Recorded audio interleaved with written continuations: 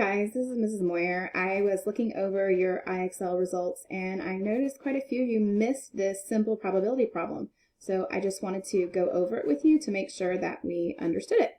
So let's head over to the video recorder. So here we are. There we go, simple probability. So they've given you a number cube and they want to know what is the probability that you're going to get a factor of 21. So first of all, well, we have to know the factors of 21, and that, I'm guessing, is where some of you had some issues.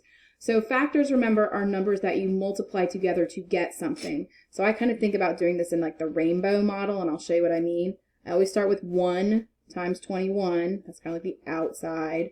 And then I say, can 2 go into 21? No. Can 3? Yes. 3 times 7. Can 4 go in? No. 5? No. 6? No. And then we're back up to 7. So these are my factors for 21. That's it. So if we're looking at this, the only two of these that appear on the cube are the 1 and the 3. Okay? So I want to find the probability of getting a factor of 21. So that could be 1 or 3. So since it's an or situation, right, I'm going to add those together. So that's two possibilities. And how many possibilities are there on the number cube? There's 6 possibilities. So 2 out of 6, which we would simplify to 1/3.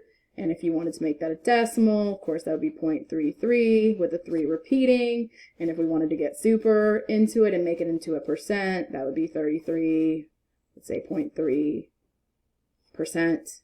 Okay? So again, just a simple probability question. Make sure that you are thinking these problems through. All right. Hope that helped.